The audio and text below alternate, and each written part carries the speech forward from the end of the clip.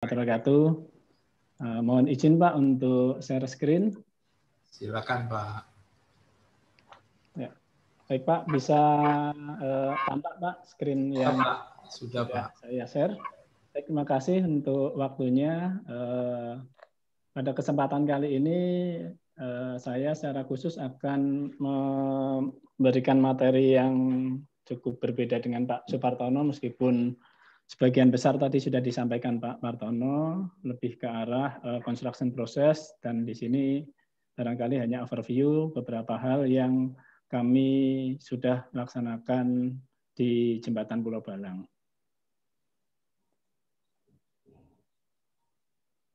Jadi ada beberapa poin yang ingin kami sampaikan. Yang pertama, informasi umum mengenai Jembatan Pulau Balang sendiri. Kemudian yang kedua, pekerjaan pondasi. Yang ketiga, pekerjaan pilon. Yang keempat, dan yang terakhir untuk pekerjaan dek. Seperti yang tadi sudah disampaikan Pak Supartono juga, akan saya sampaikan kembali secara umum. Posisi Jembatan Pulau Balang berada di antara Balikpapan dan Penajam Pasir Utara. Jadi memang saat ini belum ada akses secara langsung dari Balikpapan menuju ke Pulau Balang. Akan tetapi akses dari Penajam Pasir Utara sampai ke Pulau Balang ini sudah bisa dilewati oleh kendaraan. Jadi mudah-mudahan untuk akses dari Balikpapan akan segera bisa dilelang ataupun segera dilaksanakan sehingga fungsi dari jembatan ini bisa maksimal digunakan oleh masyarakat di Kalimantan Timur. Kemudian untuk pemberi kerjanya sendiri, Jembatan Pulau Balang, Kementerian PUPR, perencana Pak Supartono dengan menggandeng perusahaan Diantana Rekanusa. Kemudian untuk penyedia jasa kami KSO, Utama Karya, Adikarya, dan Bangun Cipta Kontraktor. Supervisinya sendiri ada 2, dari tahun 2015 sampai tahun 2020 Yudhya Karya Associate. Kemudian tahun 2020 hingga 2021 saat ini Adia Wijaya Jasa KSO. Nah, secara umum Pulau Balang ada beberapa kontrak yang kami kerjakan, di mana kontrak itu ada jembatan utama yang nantinya akan coba saya sampaikan, saya bahas untuk pelaksanaannya. Kemudian ada jembatan pendekat, ada jalan akses, dan ada gedung pusat informasi jembatan. Jadi memang kontrak yang disampaikan oleh Pak Supartono 1,39 triliun itu tidak hanya jembatan utama, tetapi ada beberapa paket-paket atau pekerjaan lain di dalam kontrak ini. Jadi untuk jembatan utamanya sendiri, tadi sudah banyak dijelaskan oleh Pak Supartono, tipenya kabel stay. Kemudian untuk burpel, di sini ada 2, 1,5 meter dan 2 meter. Memang burpel untuk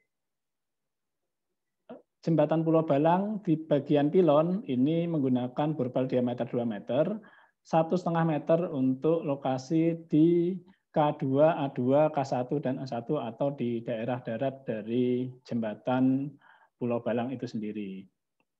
Panjang jembatannya tadi sudah disebutkan oleh Pak Supartono, 804 meter dengan konfigurasi dari A1 ke K1 atau A2 ke K2 sepanjang 70,5 meter, dari K2 sampai P2 atau K1 sampai P1 130,5 meter, dan untuk bentang utama atau main span sepanjang 402 meter. Jembatan ini dibagi menjadi 4 lajur, di mana lebar total jembatan adalah 22,4 meter. Tinggi pilon sendiri apabila dihitung dari level 0 muka air laut adalah 117,5 meter. Sini ada beberapa hal yang akan kami sampaikan secara umum untuk proses konstruksi sendiri. Seperti yang kita ketahui semua, dimulai dari inisiasi dan diselesaikan dengan closing, di mana di dalamnya ada proses planning maupun eksekusi. Di mana construction planning sendiri, seperti yang tadi sudah disampaikan Pak Supartono, ada untuk permanent design, ini lebih banyak diselesaikan oleh desainer. Kemudian untuk temporary work atau method, dari kontraktor biasanya akan menyelesaikan sebagian besar untuk temporary work-nya. Meskipun tadi sudah disampaikan oleh Pak Supartono untuk jembatan khusus seperti Pulau Balang, Kebelste ini ada beberapa temporary work seperti construction state sudah harus masuk di dalam perhitungan perencanaan karena termasuk dalam kondisi kritikal pada saat pelaksanaan sehingga mempengaruhi rencana biaya yang harus diestimasi. Jadi di sini bisa kita lihat untuk Pulau Balang memang benar-benar seperti tabel yang ada di PMBOK. Planning proses dan executing proses ini harus sangat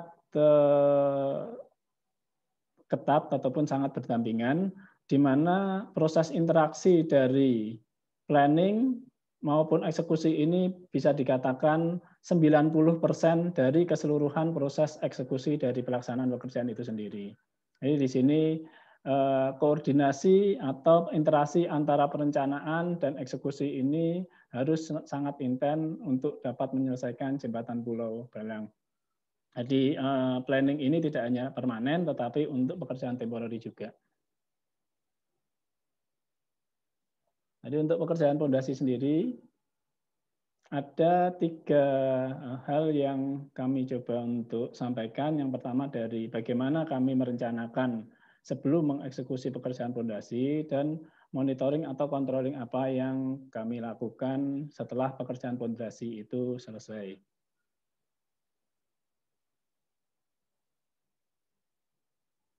Nah, sebagai planning seperti tadi disampaikan Pak Supartono, yang pasti kami harus mengetahui bagaimana sih kondisi perairan di Pulau Balang itu. Jadi pekerjaan batimetri untuk mengetahui kondisi seabed ini sangat penting untuk membandingkan antara kondisi aktual yang ada saat ini pada saat kami mengerjakan dengan kondisi yang sudah disampaikan pada saat perencanaan.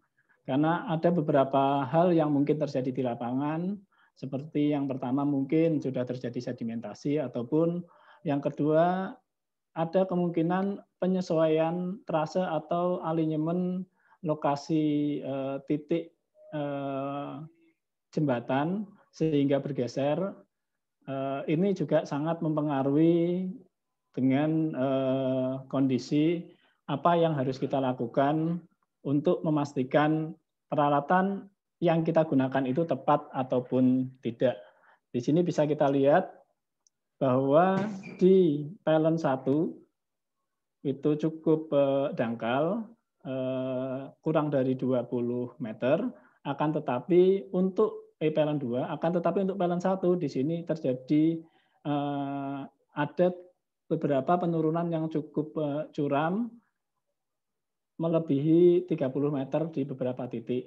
Dan ini harus kita petakan sesuai dengan baris di setiap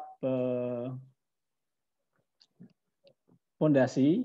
Jadi untuk satu pelkap setiap baris kita buat alur. Yang pertama untuk memastikan berapa kedalaman seabed aktual di setiap titik pondasi. Kemudian yang kedua, yang pasti bagaimana kita harus melaksanakan instalasi casing dengan kemiringan yang cukup curam sesuai dari hasil batimetri. Di sini bisa kita lihat untuk baris pertama, kemiringannya cukup curam, bisa dikatakan di sini 1:2, sehingga memberikan tantangan tersendiri pada saat instalasi casing karena permukaan yang tidak landai.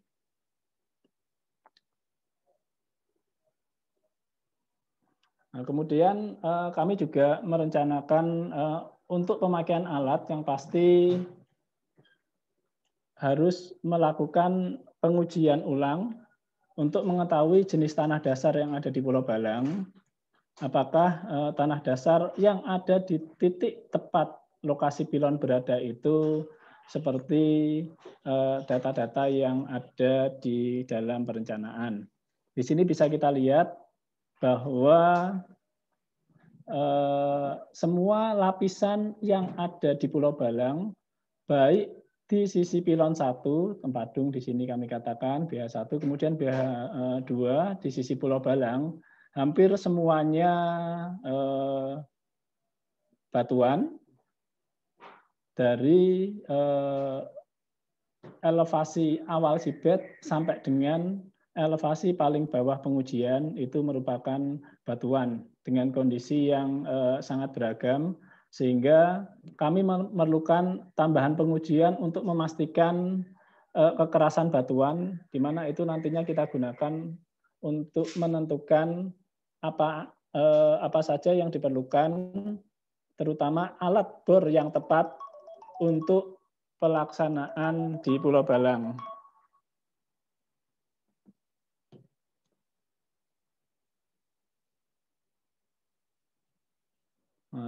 Selain perencanaan batimetri dan jenis tanah, kami juga perlu melakukan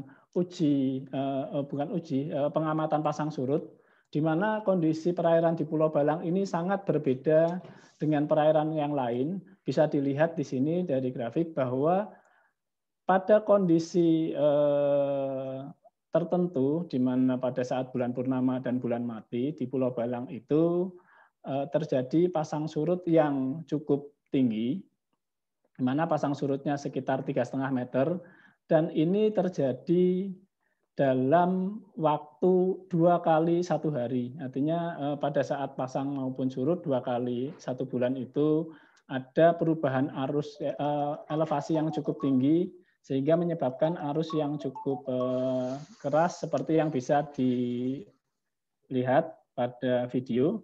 Nah, ini juga memberikan tantangan tersendiri bagaimana mengantisipasi perubahan kondisi pasang menjadi surut maupun surut menjadi pasang pada saat pelaksanaan karena pengaruh arus yang cukup deras ini.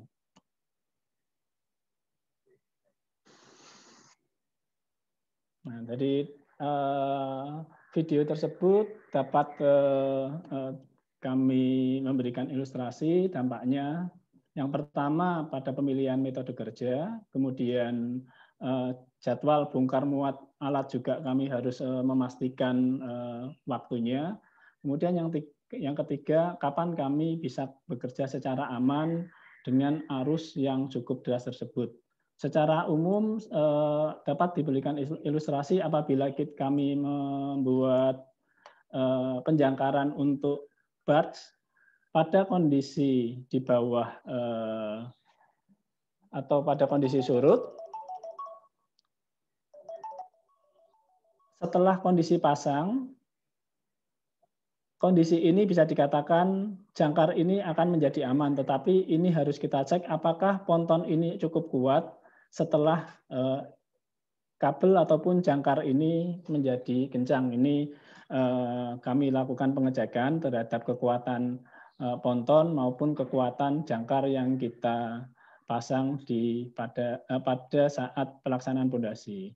Apabila terjadi kondisi kedua, kita melakukan penjangkaran pada saat kondisi pasang, pada saat surut, tali jangkar ini akan menjadi longgar dan ponton bisa bergerak. Ini bisa membahayakan alat maupun kondisi kestabilan dari casing yang sedang kita install. Jadi ini memang benar-benar kami amati waktunya, dan kami di lapangan lebih cenderung untuk tidak melakukan pekerjaan pada kondisi arus pasang surut pada saat bulan purnama ataupun bulan mati, sehingga memang efektivitas dari pelaksanaan pekerjaan di Pulau Balang ini tidak bisa 30 hari kami laksanakan secara penuh.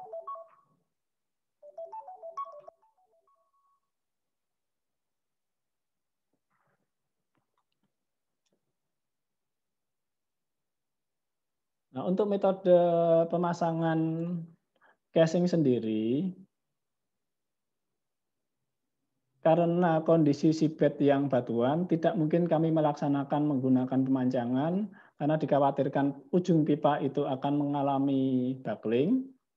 Kami melaksanakan pemasangan atau instalasi casing di Pulau Balang ini dengan metode yang cukup berbeda, dengan cara chiseling, kemudian kita grabbing, dilanjutkan dengan melakukan vibro pada ujung casing seperti yang bisa dilihat pada ilustrasi. Setelah pipa di setting, kami melakukan vibro setidaknya untuk menembus tanah lunak, kemudian dimasukkan chisel, di mana chisel ini beratnya 7 ton, dan dijatuhkan dengan cara free fall.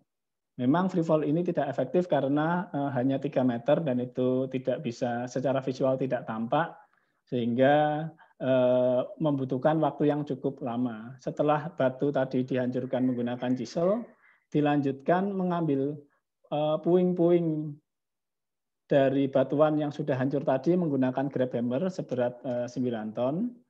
Setelah puing-puing tadi diambil menggunakan grab hammer, proses selanjutnya pipa dimasukkan lagi menggunakan vibro hammer seberat 9 ton dan diulang-ulang sampai mencapai kedalaman rencana. Ini proses yang kami laksanakan untuk pekerjaan instalasi casing. Nah, untuk pelaksanaan pengeborannya sendiri kami menggunakan metode RCD, di mana ada beberapa kelebihan. Untuk metode RCD ini kami bisa melaksanakan pengeboran dan pemasangan casing secara simultan karena peralatan RCD ini diklaim pada masing-masing casing.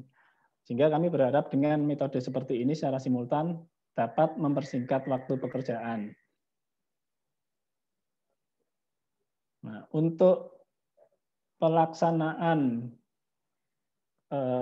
pemasangan atau pengeboran dari borbal itu sendiri, ada beberapa hal yang kami rencanakan, terutama untuk melakukan kestabilan terhadap casing yang akan dipasang alat bor airlift tadi. Untuk menjaga kestabilan dari casing, di sini kami membuat bracing, yang mana bracing itu kami rencanakan dengan kondisi apabila kami memasang satu alat bor, di mana beratnya 55 ton, ditambah berat casing itu sendiri, di sini bisa dilihat pada model sebelah kiri ini yang berwarna merah. Apabila kami memodelkan tidak ada tumpuan sama sekali di bawah ataupun pada seabed tumpuannya tadi karena pengaruh pengeboran itu hilang, alat bor ini tetap mampu melakukan pekerjaan, tidak berosot ataupun pipa ini tidak turun ke dalam tanah lokasi pengeboran. Ini juga kami pertimbangkan, sehingga desain bracing kami menjadi cukup besar memang, seolah-olah tidak efisien, tapi untuk keamanan memang hal ini harus dilakukan, mengingat ada beberapa pengalaman yang terdahulu dari rekan-rekan di Suramadu, ada sempat kejadian satu casing yang berosot itu juga sangat susah untuk diperbaiki, sehingga kami melakukan antisipasi terhadap hal tersebut dengan mengasumsikan satu pipa ini apabila tidak ada tumpuan di bawah, maka dia akan cukup aman untuk dilanjutkan melakukan pekerjaan. Nah, untuk urutannya sendiri, kami tidak melakukan pengeboran sesuai urutan selesai pemancangan, akan tetapi kami memastikan untuk lebih safe dan menghindari keruntuhan tanah maupun terganggunya proses setting beton pada saat sudah dicor, kami melakukan pengeboran di baris kedua, kemudian tidak langsung di samping titik yang sudah dibor, akan tetapi kami lompat satu titik selang-seling, kemudian dilanjutkan di titik yang pertama. Dengan ini dan sudah terbukti selama proses pekerjaan tidak terjadi hal-hal yang tidak diharapkan, dan posisi platform sampai selesai dengan proses pekerjaan juga masih aman.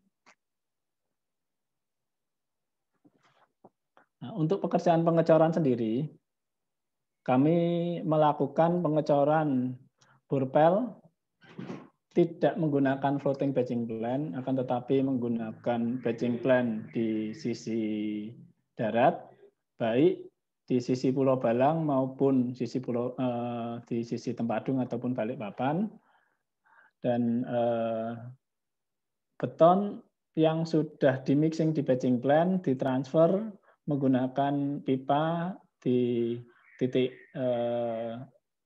warna merah ini. Ada jalur pipa kurang lebih sekitaran 150 meter.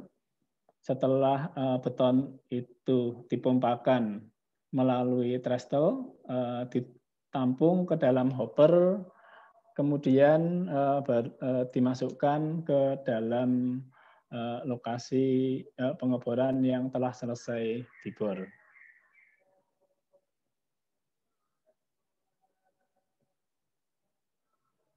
Nah, untuk proses pengeboran sendiri, yang pertama setelah pengeboran selesai, besi beton ataupun rebar kami install. Yang kedua, kami melakukan cleaning di bagian dasar lubang bor dengan metode airlift untuk memastikan bahwa sudah tidak ada lagi lumpur ataupun bekas-bekas pengeboran di lokasi bawah titik bor yang kami khawatirkan akan menurunkan daya dukung dari tiang bor itu sendiri. Kemudian pipa tremi diisi bola plastik ataupun bola styrofoam, tujuannya untuk mencegah tercampurnya air dengan beton segar yang nantinya akan kami tuang. Setelah itu beton dimasukkan ke dalam hopper. Setelah hopper itu terisi kurang lebih 6 kubik, pintu hopper kita buka sehingga beton dapat mengalir ke dalam tremi dan mendorong pipa plastik hingga ujung bawah tremi sehingga bisa mengisi lubang bor yang paling bawah. Di sini kami perkirakan 6 kubik ini bisa menutupi kurang lebih 2 meter lari bagian bawah borpel.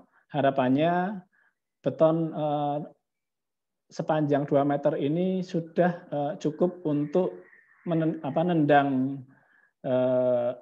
lumpur yang ada di bawah, sehingga beton itu cukup bagus yang berada di bawah tremi yang sudah kami pasang. Untuk waktu pemotongan tremi kami perhitungkan, kami kontrol sesuai dengan perkiraan, di mana ujung dari tremi ini kami harapkan tetap dalam kondisi beton yang masih segar. Untuk pengecoran sendiri kami perkirakan selesai dalam waktu 8 jam, kenyataannya di lapangan itu bisa sekitaran 6 jam. Sehingga untuk job mix dari beton sendiri kami membuat job mix untuk borpel ini setting time-nya sekitar 12 jam atau sekitaran 1,5 kali lebih lama dari perkiraan penyelesaiannya waktu pengecoran di Purpel.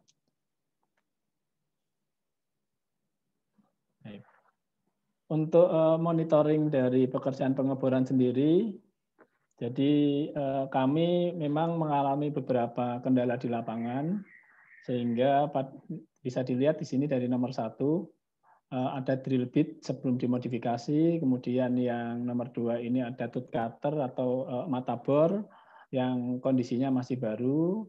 Di sini ada nomor 3 ini modifikasi yang nantinya akan kami lakukan. Dan nomor 4 ini kondisi modifikasi mata bor yang sudah kami lakukan perubahan, di mana kami harapkan perubahan ini bisa mempercepat waktu pelaksanaan, karena pelaksanaan awal itu jauh di bawah harapan, sehingga ada beberapa hal pertimbangan di lapangan untuk melakukan modifikasi. Di sini nomor 5 ini bisa dilihat, mata yang sudah aus, ujungnya karena batuan di dasar yang cukup keras. Kemudian yang nomor 6, bahkan setelah kita tambah modifikasi pun, mata tungsten yang baru juga bisa aus karena batuan yang cukup keras di dasar lubang bor.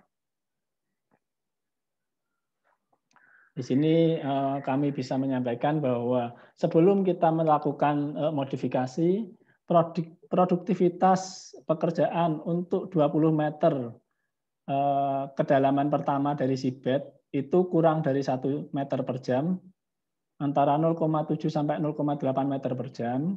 Kemudian setelah modifikasi mata bor, produktivitas di 20 meter pertama dari seabed mencapai produktivitas yang lumayan. Di sini bisa naik antara 50 sampai 100% dari kecepatan yang awal menggunakan mata bor original atau yang standar dari pabrikan. Nah, untuk kontrol ataupun untuk pengetesan setelah kami menyelesaikan pekerjaan Purpel sendiri, pengetesan dilakukan di 4 titik pelcap, di mana hasil dari pengetesan statik biaksial menunjukkan semuanya berada pada rata-rata 40.000 kilonewton.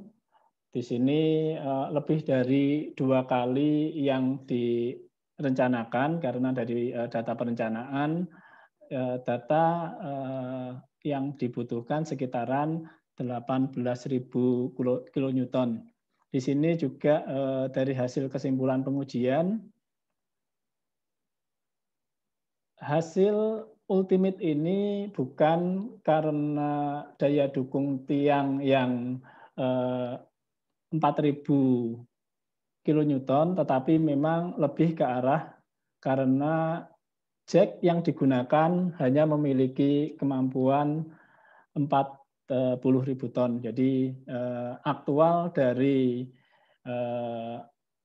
kondisi ultimate untuk jembatan Pulau Balang, di pondasinya kami belum pernah tahu, karena memang pada saat pengujian itu menggunakan jack 40.000 ton. Jadi kalau dilihat dari sini ada potensi atau kemungkinan daya dukungnya lebih dari yang kami perkirakan. Kemudian untuk pekerjaan pilon sendiri ada 3 hal yang coba kami sampaikan untuk membantu metode kami. Yang pertama dari desain pilonnya sendiri, kemudian metode climbing dan jumping form yang kita gunakan, dan beberapa perbedaan maupun beberapa keuntungan dan kerugiannya juga nanti dapat kami sampaikan, termasuk temporary work apa yang kami buat untuk menyelesaikan pekerjaan pilon ini.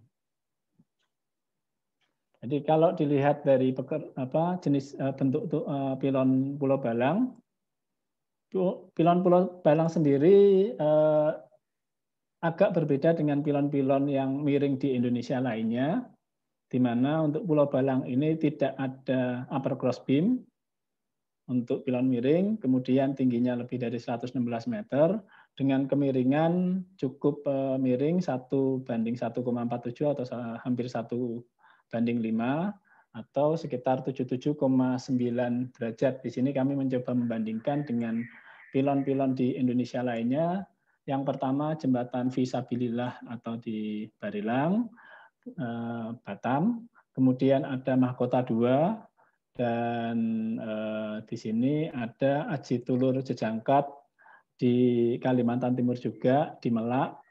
Bisa kita lihat bahwa kemiringan di Pulau Balang ini lebih dari jembatan-jembatan lainnya yang ada di Indonesia, sehingga kami memerlukan beberapa hal yang perlu direncanakan maupun metode khusus untuk menyelesaikan pilon di Pulau Balang ini. Nah, untuk konfigurasi pilonnya sendiri, barangkali tadi sudah disampaikan oleh Pak Kartono mengenai bagaimana posisi loop tendon atau pada potongan kiri. Di sini bisa kita lihat bahwa Pulau Balang pilonnya dibagi menjadi 3 bagian. Yang pertama bagian solid ataupun bagian beton masif, di mana di sini ada 7 segmen, dari segmen 1 sampai 7 ini merupakan beton masif. Kemudian setelah lokasi pier table ataupun di deck, ini sudah berubah menjadi hulu, di mana di dalamnya ada tangga inspeksi, sampai dengan segmen ke-17, kemudian dari segmen 18 sampai segmen 28 ini sudah gabung menjadi satu pilon atau tidak 2 kaki lagi, akan tetapi tetap berbentuk hulu di mana di dalamnya ada angkur-angkur cable stay.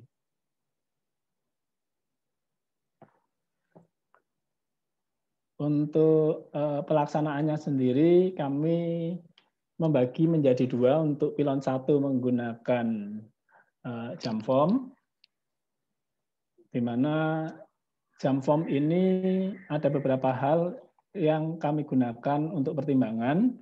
Yang pertama yang pasti ringan, kemudian yang kedua mudah modifikasinya, kemudian ada beberapa hal kekurangannya. Jam form ini memerlukan support 100% tower crane, karena untuk mengangkat maupun memasang ini harus dengan bantuan tower crane.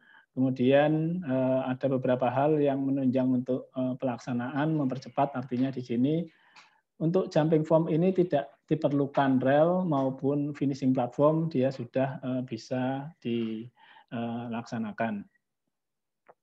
Kemudian untuk climbing form, di sini ada beberapa hal yang lebih kompleks ataupun lebih rumit. Bisa dilihat ada rel untuk climbingnya sendiri. Di sini formwork dari tipe yang menggunakan rel ini cukup berat. Jadi kalau kami akan melakukan modifikasi ataupun perubahan bentuk ataupun perubahan kemiringan, di sini harus mempertimbangkan panjang rel, karena di sini harus didesain lebih kompleks lagi karena ada kaitannya dengan tulangan, posisi loop tendon, dan perubahan ketebalan dari dinding ini juga harus menjadi pertimbangan khusus. Tapi ada beberapa kelebihan di mana karena menggunakan jack tidak sepenuhnya memerlukan tower crane untuk naik ke atas. Kami hanya memerlukan sebagian waktu untuk naik ke atas menggunakan tower crane, kemudian sebagian waktu lagi bisa langsung menggunakan jack.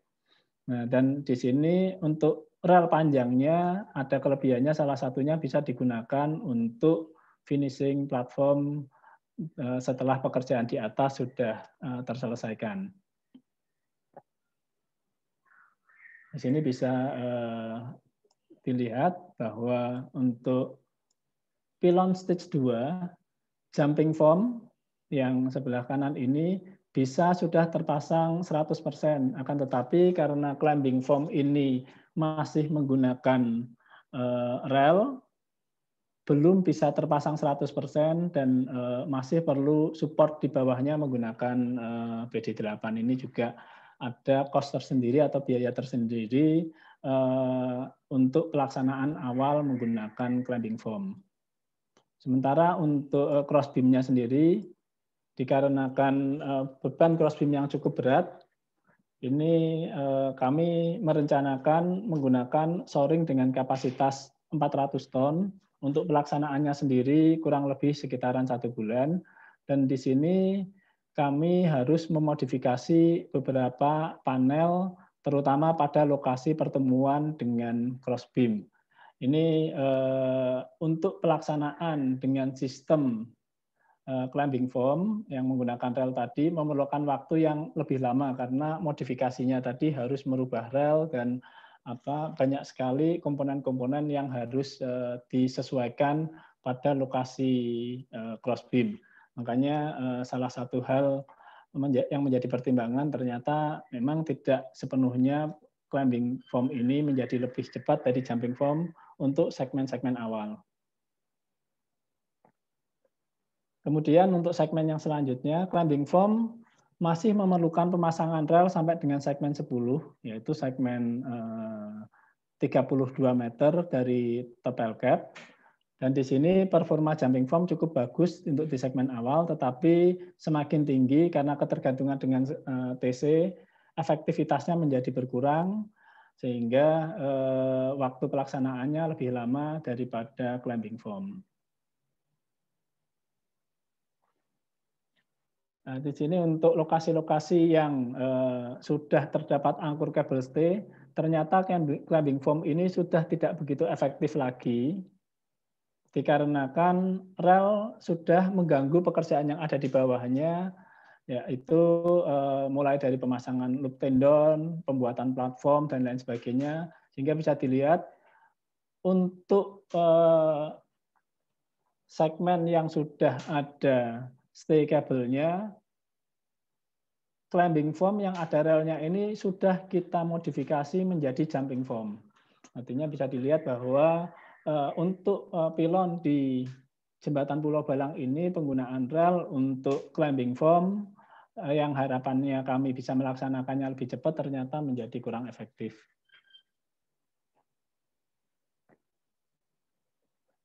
Nah, di sini salah satu tantangan dalam pelaksanaan pilon, memang salah satunya untuk mengatasi tulangan yang rapat membutuhkan beton dengan flow yang cukup tinggi sehingga bisa masuk di celah-celah tulangan. Kemudian dengan kondisi pilon yang cukup tinggi, kami tetap merencanakan jobik beton itu setting time-nya cukup lama, 12 jam. Kemudian workability-nya juga cukup tinggi karena kami melaksanakan pengecoran pertama sampai dengan ketinggian kurang lebih 60 meter. Ini menggunakan concrete pump, jadi beton dari trestle tadi seperti yang sudah kita laksanakan pada pelaksanaan borpel. Kita pompakan 150 meter horizontal, kemudian 60 meter vertikal. Ini cukup efektif juga kita laksanakan di lapangan.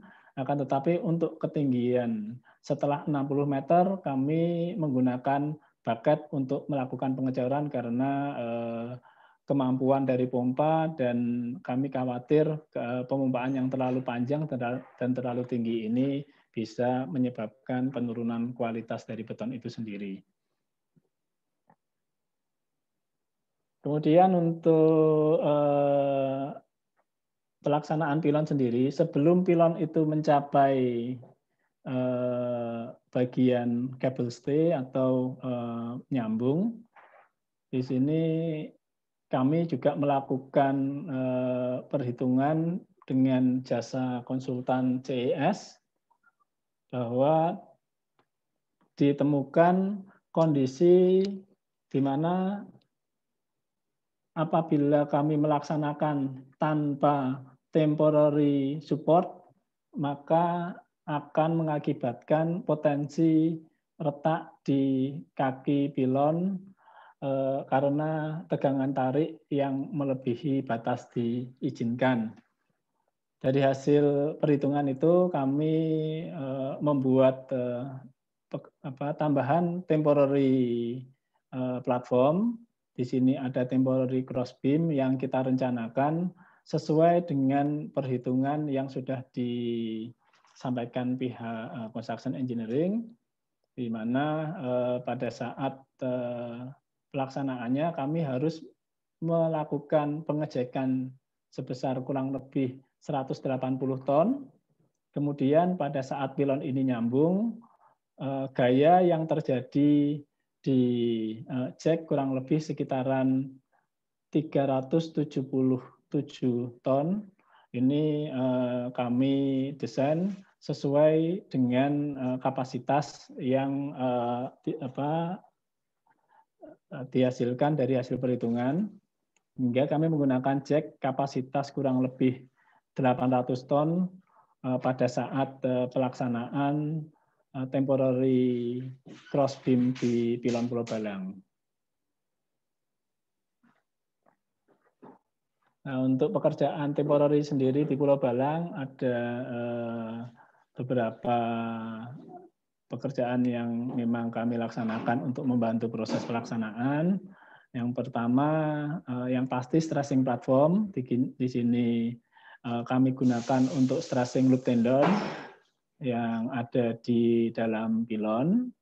Kemudian yang kedua, walking platform dan storage. Di sini kami gunakan untuk menyimpan material-material seperti besi, angkur gatpad, ducting, tendon, baja profil, papan, dan lain-lain yang nantinya bisa digunakan juga untuk spesialis sub kami di SI dalam melaksanakan pemasangan dari stay cable.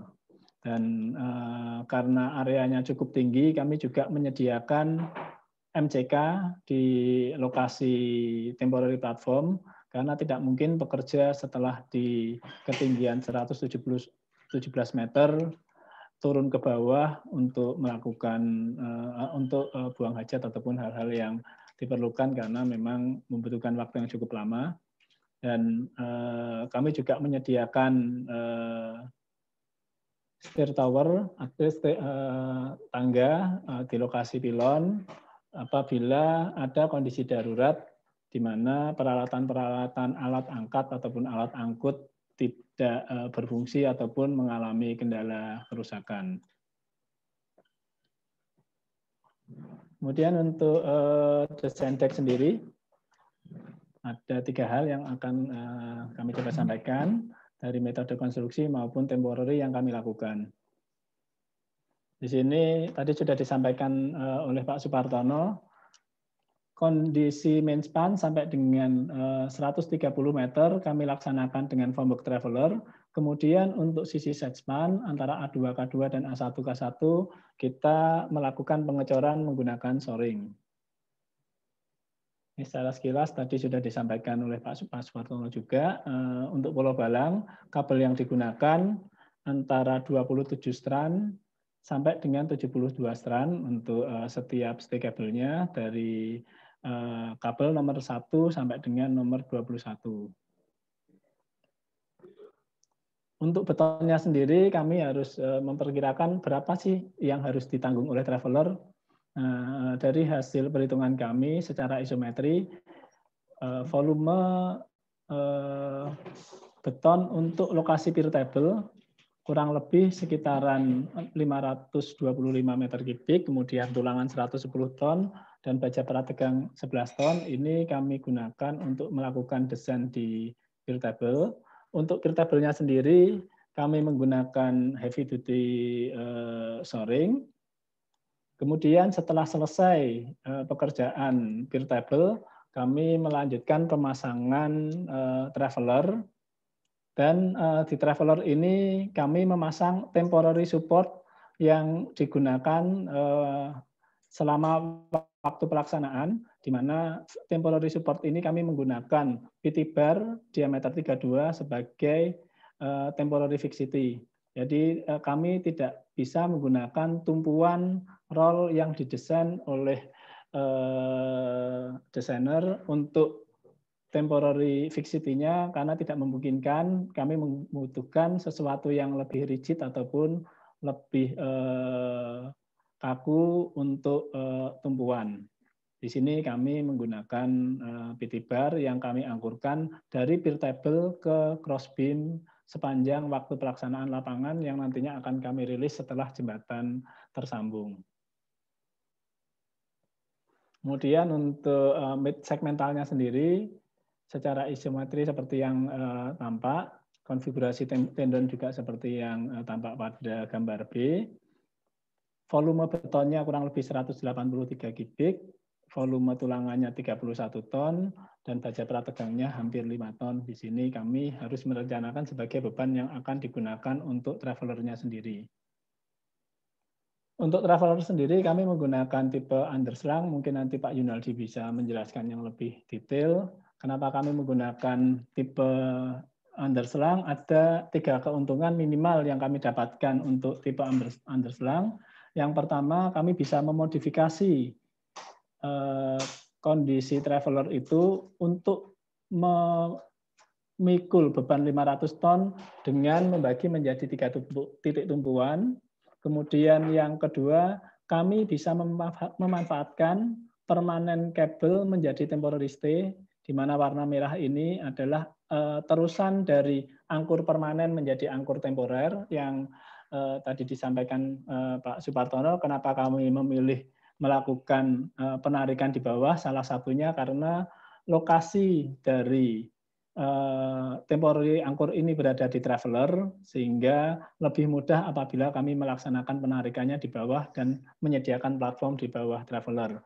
Kemudian yang ketiga, yang terakhir, underslang ini memiliki area walking space yang cukup luas, berada di atas deck, karena semua sistem traveler sudah ada di bawah traveler, baik sistem hidrolik maupun sistem temporary-nya.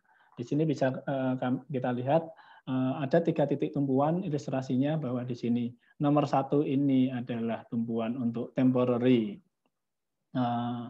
stay, kemudian nomor 2 ini angkur yang ditempatkan traveler di atas deck yang sudah dicor.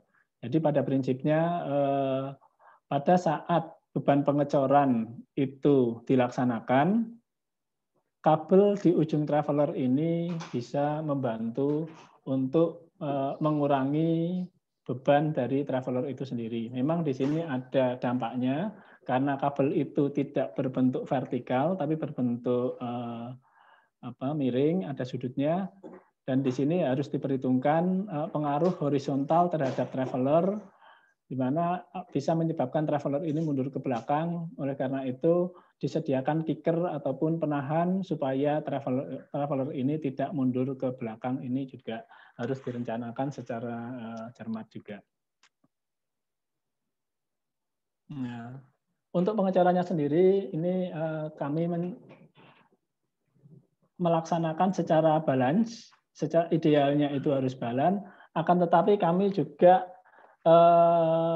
membuat semacam bagaimana sih apabila nantinya terjadi kondisi unbalance, ataupun apa yang harus dilakukan pada kondisi unbalance apabila terjadi hal-hal yang seperti CP rusak ataupun hal-hal yang tidak memungkinkan untuk pelaksanaan balance di lapangan.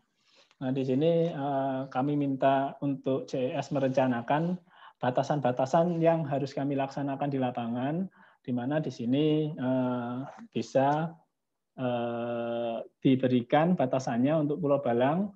Untuk segmen 1 sampai 8, batas unbalance-nya adalah 225 ton untuk sisi main span dan set span.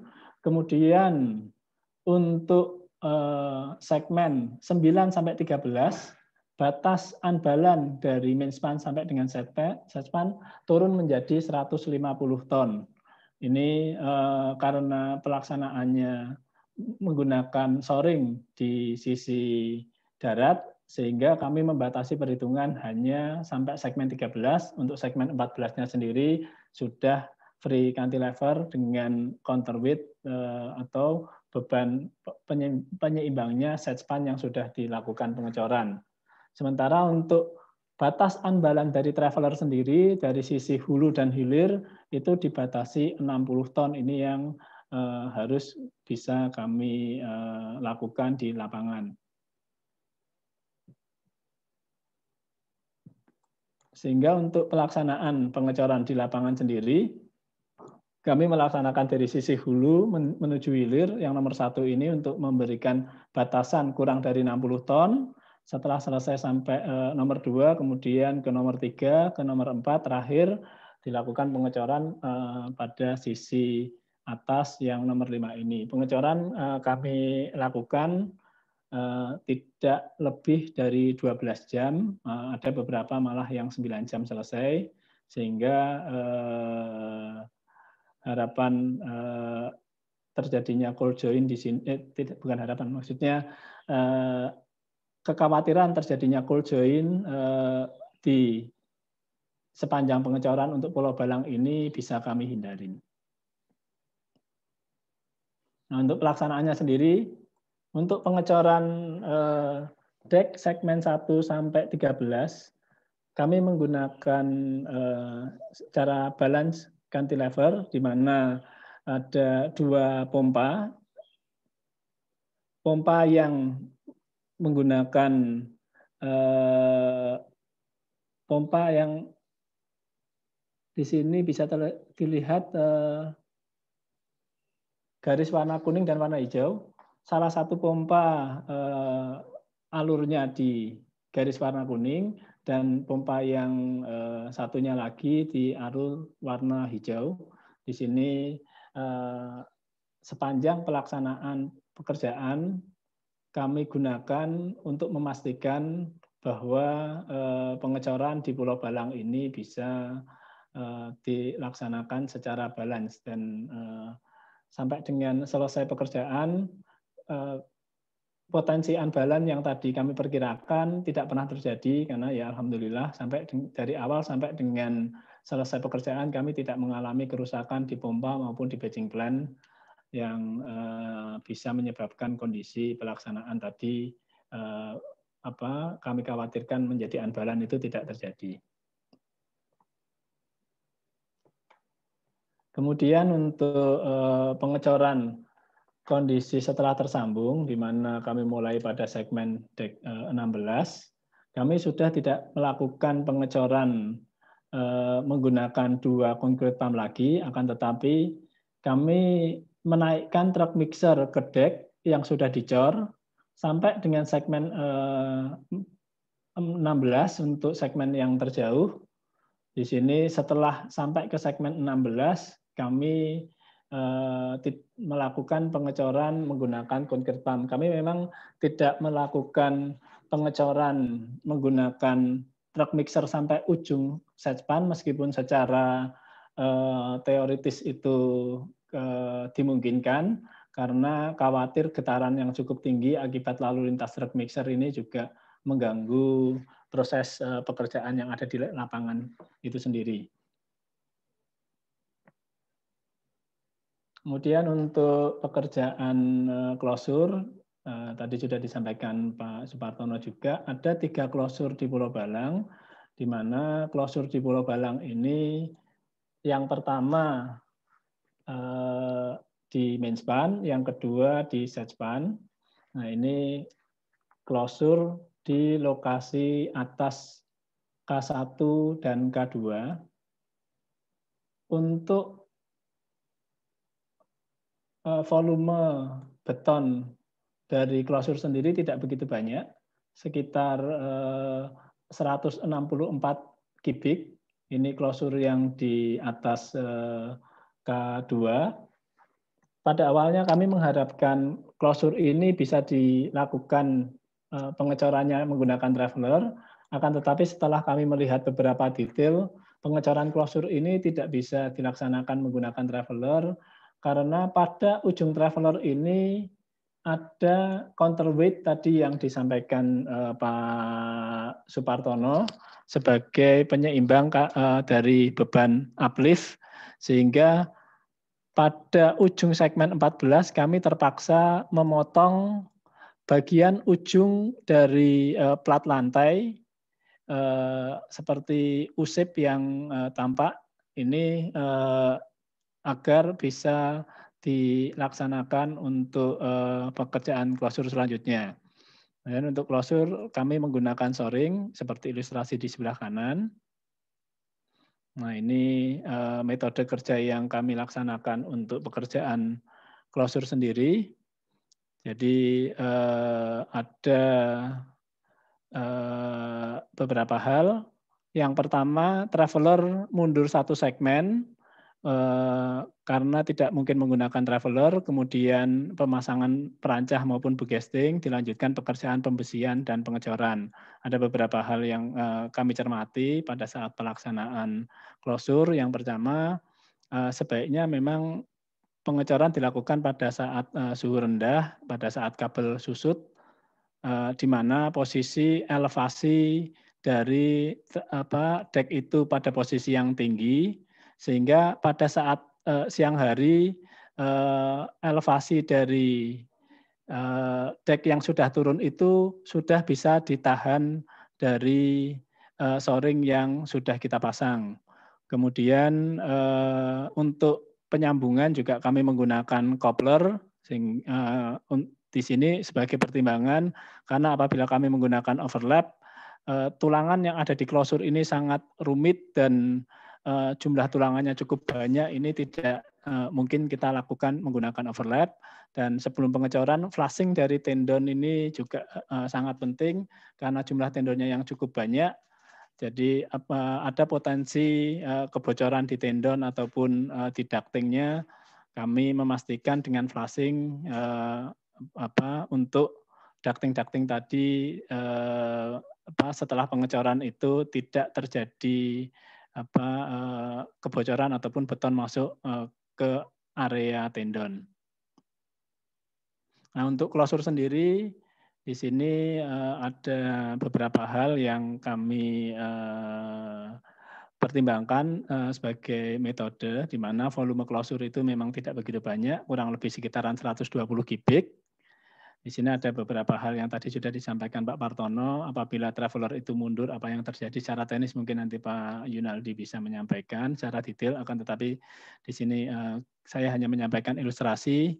Untuk menyelesaikan klosur ini, kondisi di awal seperti yang gambar yang pertama ini, apabila kita teruskan traveler maju, maka traveler ini akan nabrak ke traveler yang sisi satunya. Oleh karena itu kami harus memotong beberapa bagian yang sudah ada di traveler sebelumnya, yaitu yang berwarna kuning ini harus kami potong. Di sini kami menggunakan alat tadanu untuk melakukan pemotongan. Setelah traveler mundur ini, traveler yang bagian section yang sudah kita potong itu perlu kita sambung lagi karena itu diperlukan untuk platform stressing di ujung klosur yang sudah tercor. Jadi ini beberapa hal yang kami lakukan di lapangan untuk memastikan ketersediaan platform untuk pelaksanaan stressing di bagian klosur. Nah, ini untuk kondisi pengecoran di klosur, di mana beban pengecoran kurang lebih 300 ton. Kemudian tumpuan di sisi depan traveler kami menggunakan PT bar, di sini yang berwarna merah. Di sini PT bar ini salah satunya menggantikan posisi temporary cable stay, karena memang traveler ini tidak akan kuat apabila tidak ada tumpuan pada bagian depannya, sehingga kami memanfaatkan segmen yang sudah dicor dan membuat tumpuan sementara menggunakan PT bar sebagai pengganti temporary anchor yang sudah kami lepas. Kemudian yang penting juga monitoring elevasi secara tertib dan selalu koordinasi dengan construction engineering untuk mendapatkan chamber yang smooth ataupun yang baik. Baik, Pak. Barangkali ini yang bisa kami sampaikan untuk paparan kali ini. Terima kasih. Saya kembalikan ke host dan ke Pak Derajat. Waktunya, Pak. Terima kasih.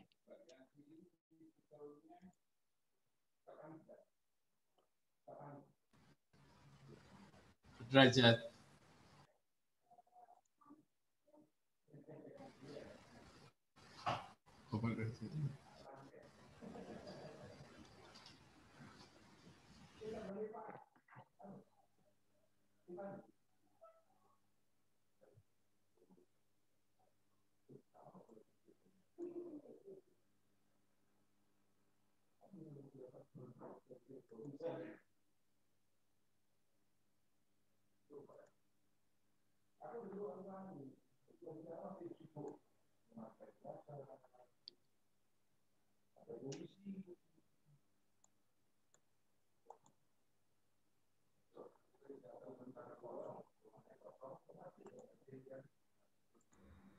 Ya, ya.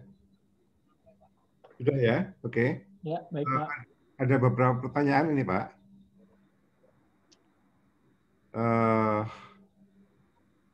Ada beberapa pertanyaan ini. Kalau closure saya rasa sudah tadi sebentar. Pertanyaannya mana saja ini?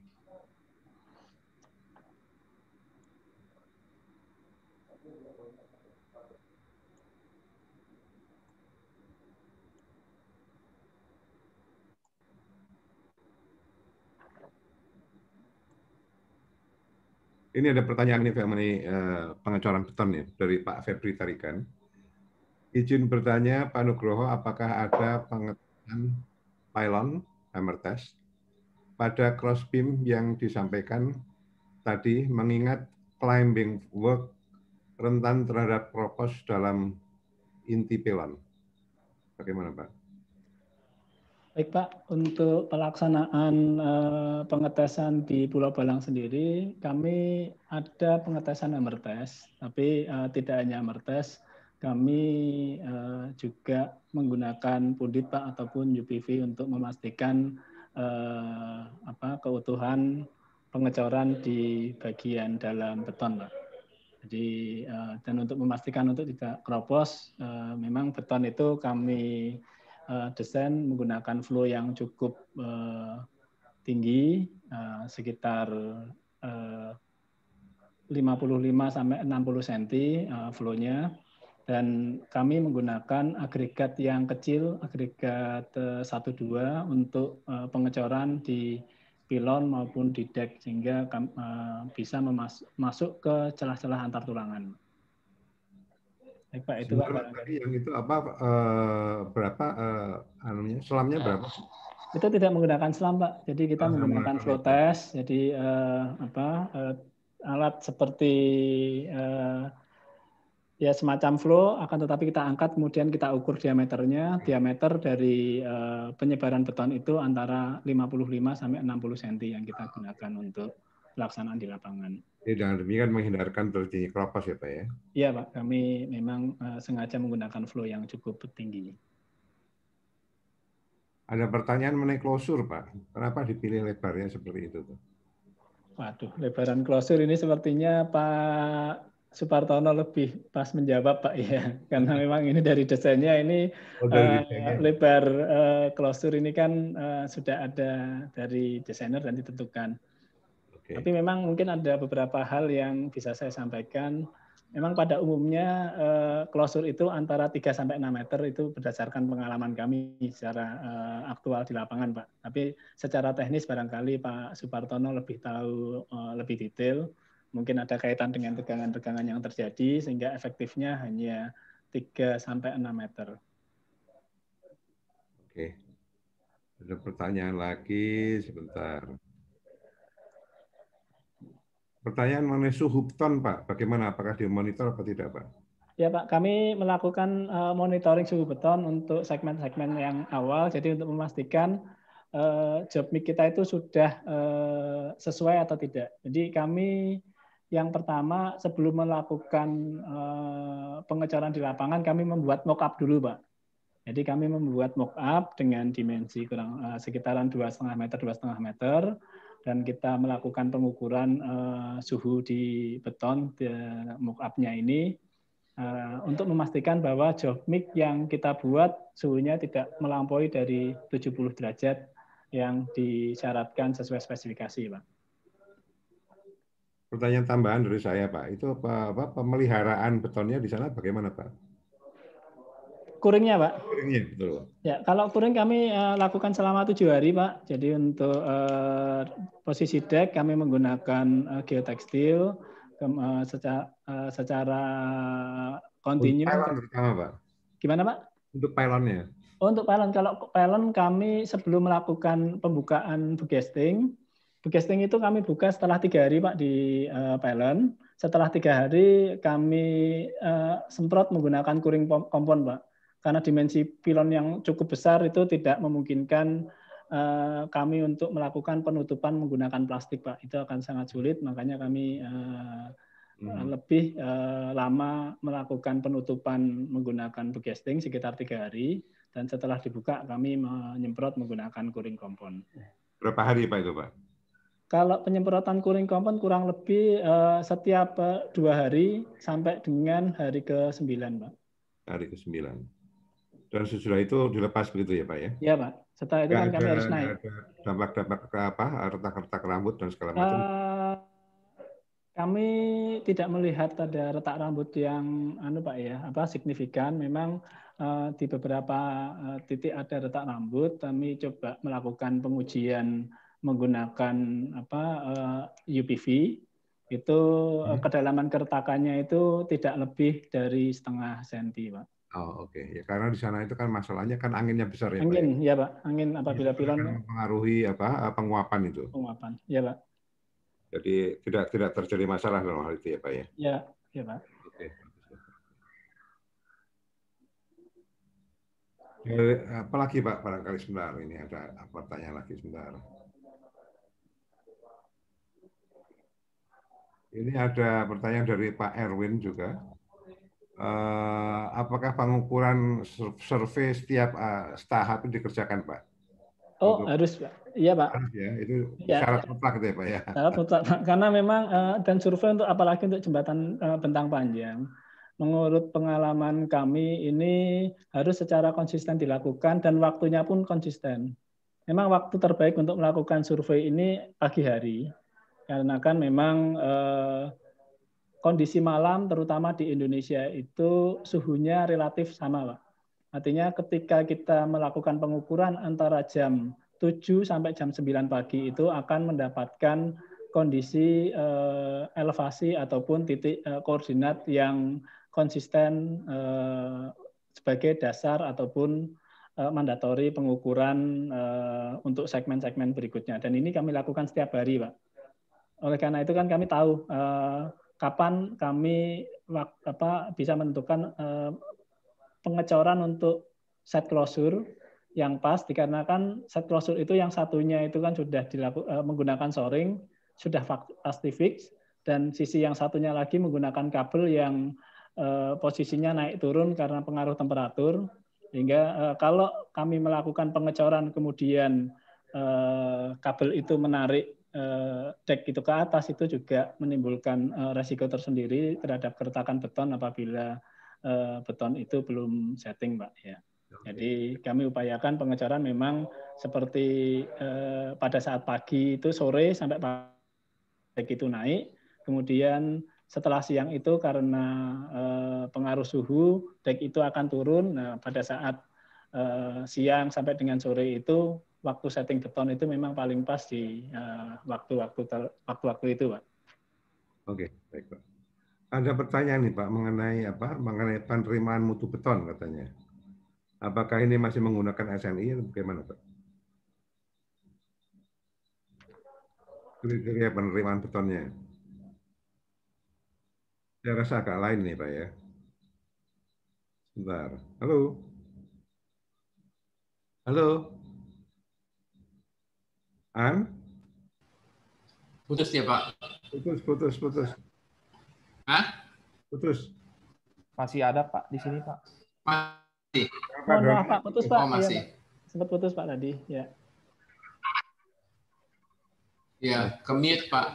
Oh, Ya, bagaimana Bapak? Pertanyaan mengenai penerimaan mutu beton, apakah masih menggunakan SNI atau menggunakan acuan lain?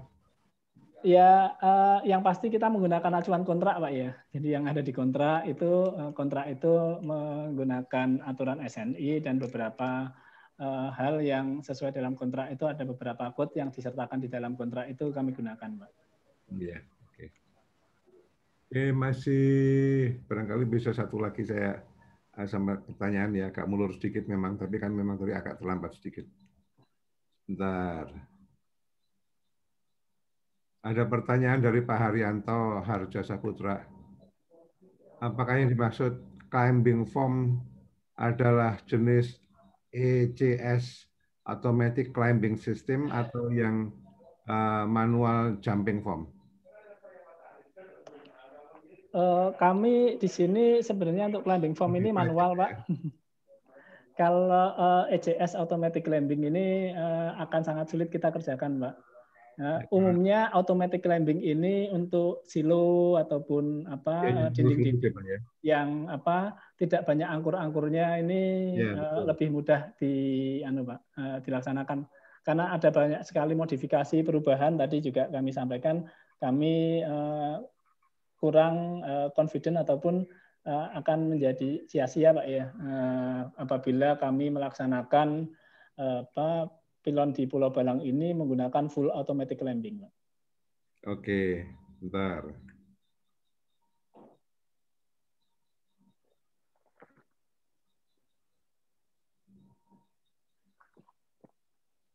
Boleh tanya Pak Dono? Ya Pak Budi. Segmen yang diangkat itu sekitar berapa ton Pak? Terus kemudian perbandingan dengan underslangnya itu sekitar berapa ya? Berat underslang sama yang diangkat.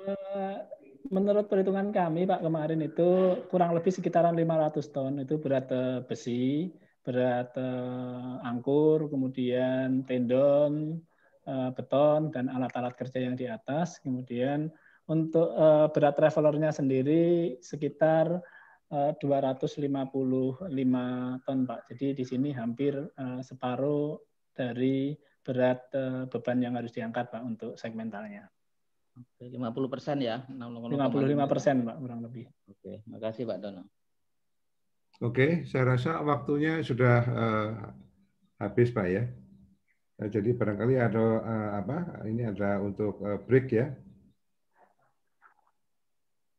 Saya rasa. Nah, tapi barangkali satu yang ingin saya catat bersama untuk kita catat bersama. Jelas sekali di sini bahwa know-how yang dimiliki oleh kontraktor jembatan besar ini sangat jauh sekali daripada persyaratan-persyaratan yang harus diketahui oleh konsultan. Ya, jadi ilmunya itu beda. Ilmu kontraktor sama ilmu konsultan di sini beda, sehingga memang tidak boleh disamakan saja. Nah, satu pertanyaan, MK-nya bagaimana Pak? Apa ada MK Pak? Di sini ada supervisi saja Pak, tidak ada MK Pak. Supervisi dari pihak siapa Pak? Dari perwakilan owner Pak, perwakilan PUPR. Perwakilan PUPR. Jadi misalnya kalau Bapak akan melakukan suatu kegiatan gitu, minta izin dulu gitu masih pada supervisi? Iya Pak. Iya Pak, karena mereka selaku direksi pekerjaan Pak ya. Jadi setiap kali request ataupun ada pekerjaan yang harus dilaksanakan di lapangan itu atas persetujuan konsultan supervisi. Tapi keseluruhan tanggung jawab dari kelancaran dan kebaikan kerjaan tetap pada kontraktor, begitu Pak? Iya Pak, itu kan memang tanggung jawab di kontrak memang seperti itu. Ada dalam kontraknya Pak ya? Ada Pak. Oke, jadi memang itu barangkali yang agak berbeda dengan kondisi di luar ya kalau sudah ada MK itu. Oke Pak, terima kasih Pak Dono. Oke. Ya baik, makasih sama-sama. Aplaus untuk Pak Dono yang sudah memberikan sharing know-how-nya dengan sangat baik. Ya. Kita istirahat dulu. Andreas, sampai jam berapa Andreas?